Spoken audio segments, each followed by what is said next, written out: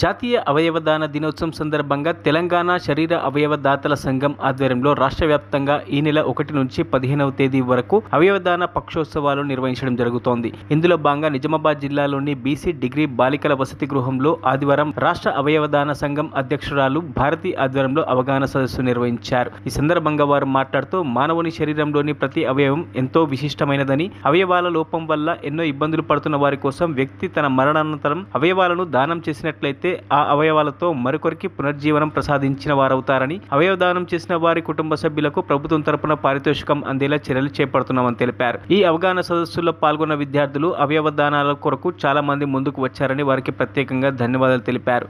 ఈ కార్యక్రమంలో వసతి గృహం నిర్వాహకులు తదితరులు పాల్గొన్నారు. ఇట్లా ఐస్ డొనేట్ చేయొచ్చు. తర్వాత వచ్చేసి ఇంపార్టెంట్ అయినటువంటిది ఏంటంటే ఆర్గాన్ డొనేషన్. అవయవాలు పార్ట్స్ దానం చేయొచ్చు.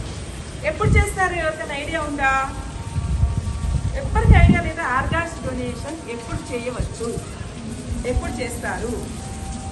చాలా ఈ మధ్య రెగ్యులర్గా కనీసం వీక్లీ వన్ అన్న మనకి యూట్యూబ్లో కానీ న్యూస్లో కానీ వస్తూనే ఉంది. ఫలానా వాళ్ళు ఆర్గాన్ డొనేషన్ చేశారు అని చెప్పి హాస్పిటల్లో నుంచి ఆర్గాన్స్ ఉంటే కానీ ఒక బ్లూ బాక్స్ లాంటిది ఉంటుంది. ఆ బాక్స్లో పెట్టేసి హాస్పిటల్ నుంచి హడావిడిగా అంబులెన్స్ తీసుకెళ్తారు. అంబులెన్స్ నుంచి ఎక్కడ తీసుకెళ్తారు? ఫ్లైట్ ఎక్కిస్తారు. అక్కడి నుంచి ఎక్కడైతే అది అవసరమవుతుందో అక్కడ తీసుకెళ్ళి ఆ గుండెని ఆ వ్యక్తికి అమ్ముతారు. అంటే ట్రాన్స్ప్లాంటేషన్